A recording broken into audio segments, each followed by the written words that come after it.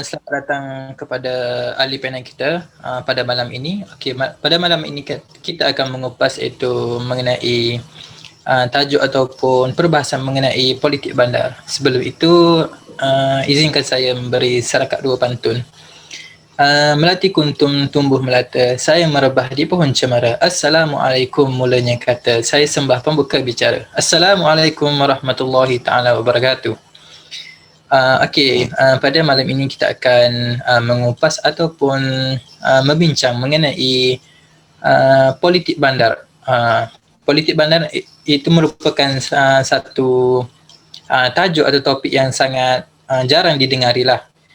Oleh itu kita pada malam ini sangat bertuah kerana mempunyai panel-panel yang berpengetahuan dan juga akan menyumbangkan segala idea pada malam ini bagi mengetahui apa itu politik bandar.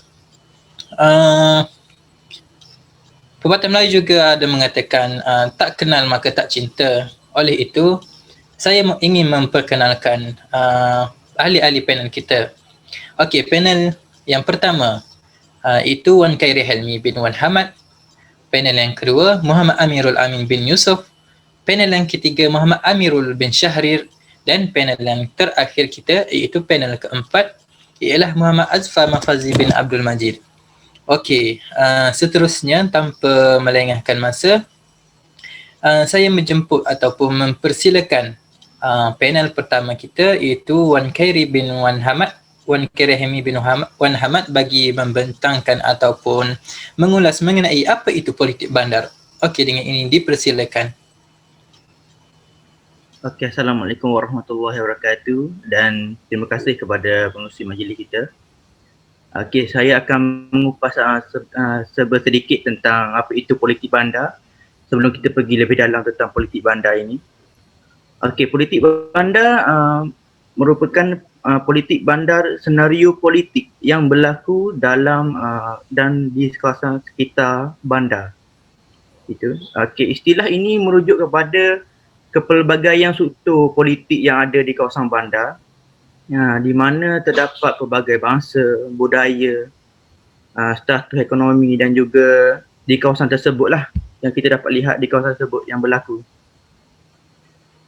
Okey, ini termasuk seperti perkara struktur kuasa politik, etnik, kelas, jantina, hubungan sosial di bandar dan pinggir bandar. Ia tergolong dalam politik bandar.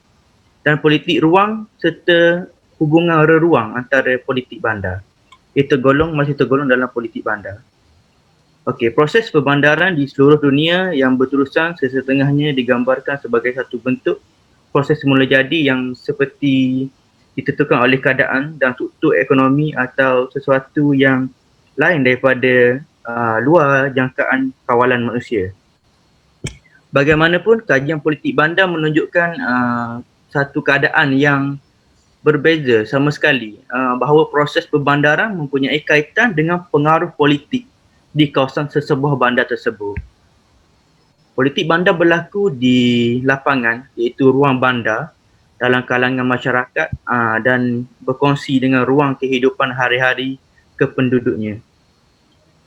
Ini membuatkan kajian politik bandar amat mencabar dan sukar untuk dianalisis dengan tepat dan rasional kerana ruang politik bandar ini adalah skop yang luas yang kalau kita nak kupas dia agak besar. Okey, kita ambil satu teori yang saya dapat nyatakan iaitu teori Maxill yang dia nyatakan dalam kajiannya.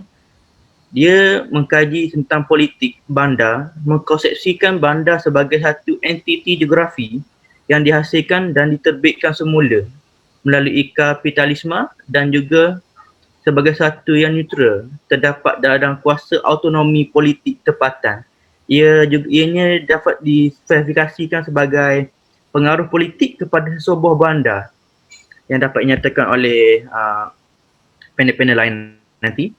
Okey, bagi pengakhiran yang saya dapat nyatakan, pilihan raya bandar untuk memilih ahli politik lebih tinggi kadar hubungan undi berbanding pada pemilihan ahli pentadbiran kerana mereka beranggapan ahli politik ini lebih berpengaruh untuk menentukan dasar pembangunan di kawasan bandar mereka.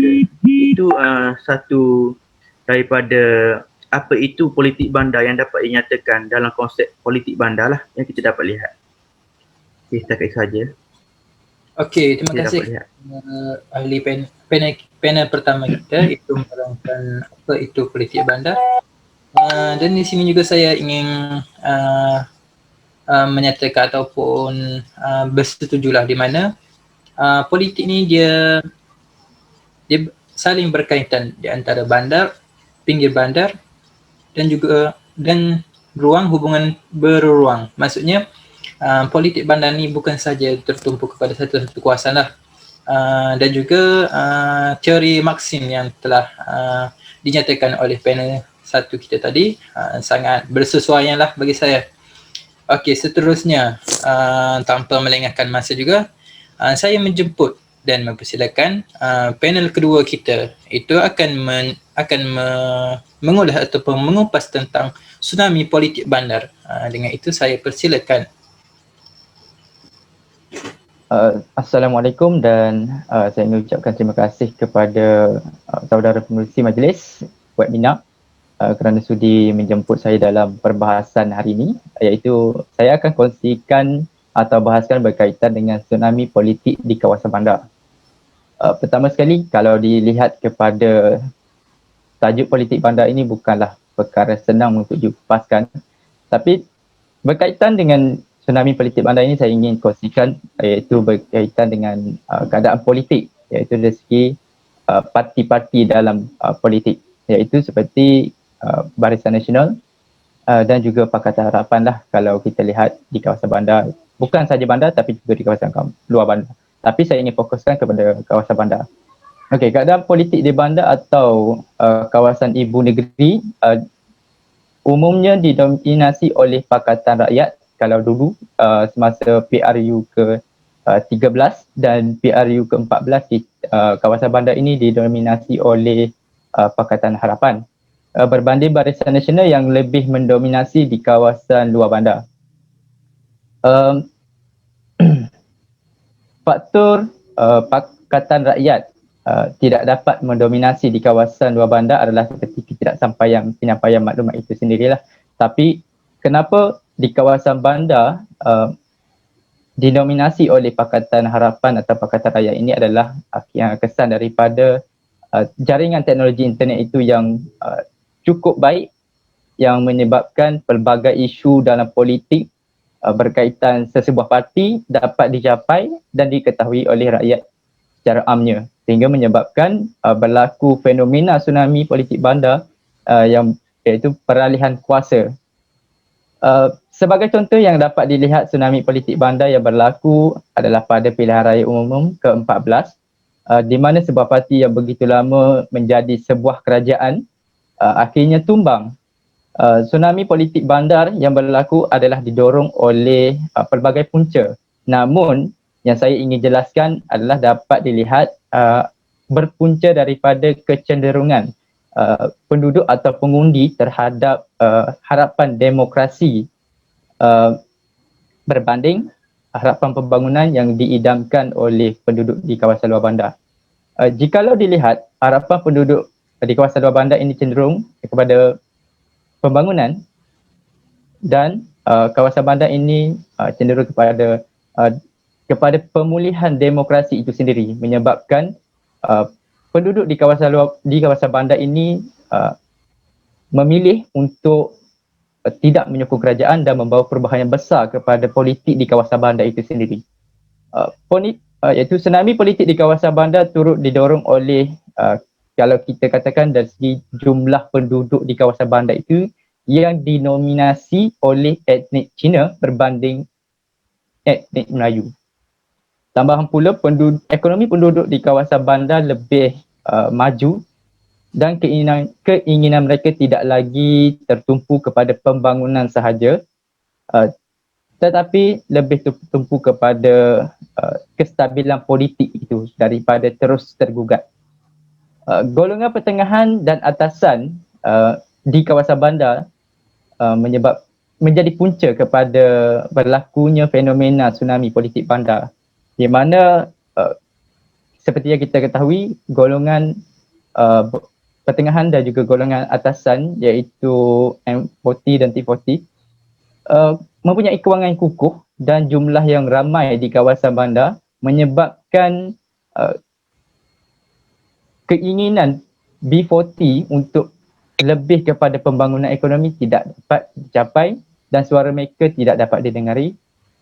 Dan yang terakhir saya ingin kongsikan adalah berkaitan yang pemilihan calon berdasarkan populariti dalam dan menghayati demokrasi berbanding faktor parti menjadi punca kepada berlakunya tsunami politik bandar. Pendorong yang menyebabkan tsunami politik di bandar adalah disebabkan oleh dari segi akses internet itu juga menjadi punca utama.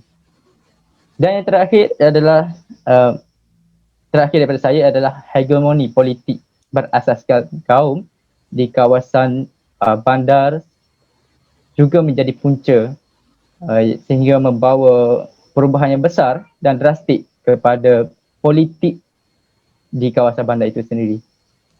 Sekian sahaja daripada saya. Terima kasih. Okey, terima kasih kepada panel yang kedua kita, itu mengulas mengenai tsunami politik.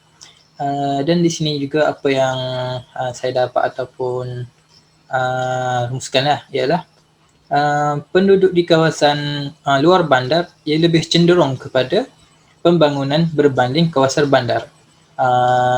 Itu mungkinlah penduduk di kawasan luar bandar akan memilih ahli-ahli politik yang mana yang menekankan tentang pembangunan kerana mereka lebih memilih untuk membangun dan mengubah nasib-nasib mereka.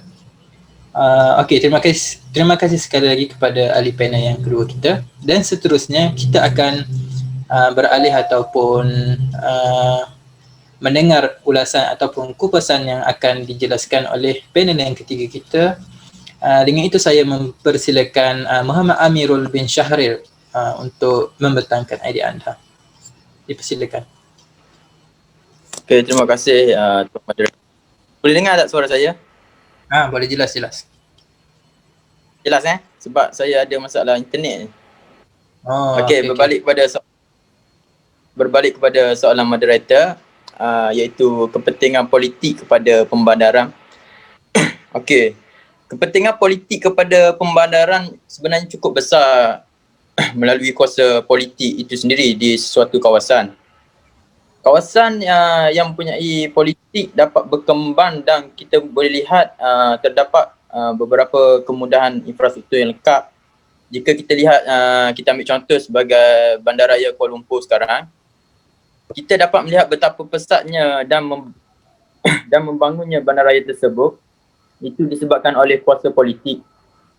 Dalam itu juga, Bandaraya Kuala Lumpur ini dia mempunyai, kalau kita lihat penduduk di Bandar Kuala Lumpur ini banyak etnik-etnik yang menempat di Bandaraya Kuala Lumpur. Di sini kita dapat lihat kuasa politik ini ditentukan oleh mereka yang ingin perubahan kepada kawasan tersebut. Yang mana kita lihat Bandaraya Kuala Lumpur merupakan pusat dagangan antarabangsa. Disebabkan itu dia mempunyai pelbagai infrastruktur yang lengkap. Dan jika kita lihat juga dahulunya Kuala Lumpur ini merupakan ibu negara kepada Malaysia sebelum ianya dipindahkan kepada Putrajaya. Okay. Kepentingan politik dalam sesebuah kawasan akan menentukan kedudukan kawasan tersebut, sama ada maju ataupun mundur. Jika kita lihat lagi di pinggir-pinggir bandar Kuala Lumpur beberapa dekad yang lalu, seperti di Shah Alam ataupun Bangi, kawasan ini merupakan kawasan luar bandar pada ketika itu, namun dengan adanya kuasa politik ini, kawasan tersebut telah menjadi bandar yang mempunyai kefungsian sama seperti Bandaraya Kuala Lumpur sekarang. Dengan adanya kuasa politik juga, kalau kita lihat, pemerintah akan dapat merancang atau membangunkan kawasan yang terpu bina seperti pinggir-pinggir bandar tadi untuk dijadikan kawasan bandar dengan kepelbagaian fungsian seperti mana yang kita lihat sekarang lah, Shah Alam, Bandar Baru Nilai, Salak Tinggi apa tu sekali. jika kita lihat lagi, bandar baru ini diwujudkan di sekitar-sekitar bandar yang tepu. Ianya merupakan satu pembangunan bagi menampung limpahan pembandaran yang berlaku. Ini semua berlaku melalui kepentingan politik tempat itu sendirilah. Contohnya, macam saya bagi tahu tadi, bandar baru, nilai apa tu, semuanya berlaku disebabkan oleh politik. Kesemua bandar ini diwujudkan mempunyai kepentingan tersendiri sama ada untuk penduduk itu ataupun untuk ekonomi. Tanpa kuasa politik, kalau kita lihat, proses urbanisasi kawasan tersebut tidak dapat diteruskan. Oleh itu, bagi saya kepentingan politik ini merupakan satu perkara yang amat besar untuk menentukan pembandaran di sesuatu kawasan. Okey, itu saja daripada saya. Okey, terima kasih kepada ahli panel yang ketiga kita, itu menjelaskan tentang kepentingan politik di mana pengaruh politik itu sendiri akan mengubah satu bandar ataupun tempat menjadikan ianya menjadi lebih strategik dan juga efektif lah di satu tempat itu. Okey, seterusnya kita akan meneruskan forum kita pada malam ini, itu menjemput ahli panel yang keempat, iaitu ahli panel yang terakhirlah pada malam ini, di mana akan membahaskan tentang pengaruh politik bandar. Okey, dengan ini saya menjemput dan mempersilakan. Okay, terima kasih kepada saudara moderator. Baik, pengaruh politik bandar dalam pilihan raya umum Malaysia 2013. Seperti mana yang dibincangkan sebentar tadi oleh beberapa panel, politik bandar di Malaysia dikaitkan dengan persepsi dan tingkah laku politik penghuni bandar itu sendiri, yang mana menjurus kepada kuasa undi dalam sesuatu pilihan raya. Pada pilihan raya yang ke-13, Parti Pakatan Rakyat menggunakan media alternatif ataupun media cyber untuk berdepan dengan media konvensional yang dilihat lebih berpihak kepada kerajaan Barisan Nasional. Contoh media yang digunakan seperti laman web, blog politik, khidmat pesanan ringkas, SMS, email dan juga persidangan video. Jadi perkara-perkara ini menjadi medium perhubungan bagi ahli politik dan juga penyokong itu sendiri. Pada waktu itu juga, rakyat juga menganggap bahawa media konvensional bersikap tidak berlaku adil ataupun berat sebelah kepada parti pembangkang. Media konvensional seperti siaran televisyen, dada-dada akhbar banyak memaparkan sisipan berita yang mana banyak memaparkan berita tentang ataupun bersifat pro Barisan Nasional. Jadi Pakatan Rakyat pada ketika itu menggunakan satu-satunya faktor, iaitu faktor perubahan minda rakyat untuk diketengahkan dalam politik bandar. Pertama sekali, kita lihat bahawa untuk sekian lamanya Barisan Nasional bergantung kepada kekuatan kempennya, yang mana menonjolkan pencapaian dan pembangunan fizikal dan juga ekonomi negara. Tapi pada masa itu, generasi muda menganggap bahawa ianya tidak begitu relevan lagi, bahawa generasi muda yang lebih berpendidikan dan yang tinggal di bandar, mereka lebih cenderung untuk menilai aspek integriti, kos sara hidup, hak asasi, keselamatan sosial dan demokrasi dalam konteks yang lebih luas. Mereka juga melihat bahawa pembangunan adalah tugas asas bagi kerajaan yang dilantik. Jadi sebagai contoh yang boleh kita ambil soal integriti, yang mana rakyat sedia untuk mempersoalkan integriti kerajaan dan wakil rakyat yang dipilih. Mereka sedia untuk menolak secara total mana-mana parti ataupun ahli calon yang dilihat mempunyai skandal rasuah, penyelewengan penyalahgunaan kuasa dan juga tidak bermoral. Yang kedua, selama ini sebahagian besar proses pembangunan negara diasaskan kepada kontrak sosial, iaitu hak istimewa yang diberi kepada orang Melayu sebagai balasan pemberian taraf kewarganegaraan kepada orang bukan Melayu semenjak negara mencapai kemerdekaan lagi. Jadi bagi sebahagian besar generasi muda yang berpendidikan tinggi, mereka melihat ianya tidak begitu relevan lagi kerana banyak perkara telah disalahgunakan. Seperti pemberian projek, tender, tanah, bantuan kewangan, pemberian lesen dan juga jawatan atas dasar hak keistimewaan orang Melayu. Sebagai contoh yang boleh diambil, kita tengok dasar ekonomi baru. Pada ketika itu, dasar ekonomi baru DEB dikritik secara parah oleh generasi muda kerana mereka mula menilai bahawa pelaksanaannya berlaku penyelewengan, menyimpang, ada ketirisan sehingga menyebabkan matlamat sebenar DEB, dasar ekonomi baru, tidak mencapai sepenuhnya dan hanya tertumpu kepada kelompok yang tertentu sahaja. Jadi serangan terhadap dasar ekonomi baru ni banyak diacung oleh Pakatan Rakyat melalui media sosial, media cyber dan juga ceramah politik. Yang ketiga, sebahagian besar generasi muda berpendidikan dan tinggal di bandar. Mereka tertarik kepada agenda politik sivil oleh parti pembangkang, khususnya DAP dan juga PKR. Sebagai contoh, perbahasan yang lebih terbuka mengenai demokrasi, hak asasi, pendidikan, kesihatan, keselamatan sosial, alam sekitar dan juga wanita.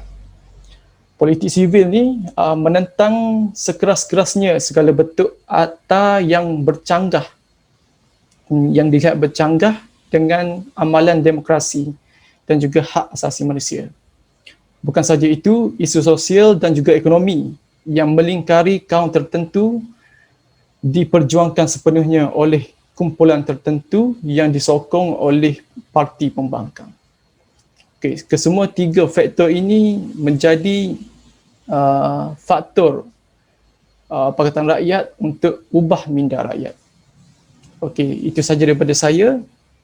Saya serahkan kepada saudara moderator. Okey, terima kasih kepada ahli panel yang keempat.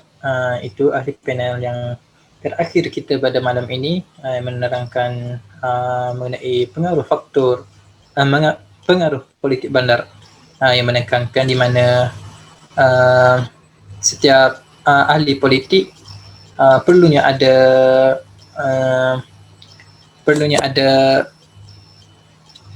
memorandum ataupun apa yang akan dilakukan jika dia akan mendapat mandat seperti mendapat menjadi kerajaan atau sebagainya. Oleh itu seperti apa yang rakyat mahukan seperti pendidikan, kesihatan dan sebagainya perlulah dititik beratkan kerana dengan adanya janji ataupun manifesto itu akan mendapat mandat ataupun rakyat akan memilih sebagai sebuah kerajaan lah. Okey, masa mencuburi kita. Di sini sebagai kesimpulan, politik bandar ialah merupakan salah satu faktor yang perlu dititik beratkan kerana ia bukan memfokuskan kepada sebuah bandar sahaja. Malah keadaan ini juga akan melibatkan sebuah negara, di mana jika sebuah negara itu stabil dari segi politik, maka akan mewujudkan suasana yang harmoni dan membawa kepada nama negara ke peringkat dunia dan juga antarabangsa dan dunia. Okey, saya rasa itu saja pertemuan ataupun perbincangan forum kita pada malam ini. Sekali lagi saya mengucapkan ribuan terima kasih dan juga tahniah kepada saudara-saudara ahli panel yang berjaya mengupas ataupun mengulas dengan mantap sekali pada malam ini. Okey, saya rasa itu sahaja pada pertemuan kita pada malam ini. Saya sudahi dengan wabillahi taufiq wal hidayah. Assalamualaikum warahmatullahi taala wabarakatuh.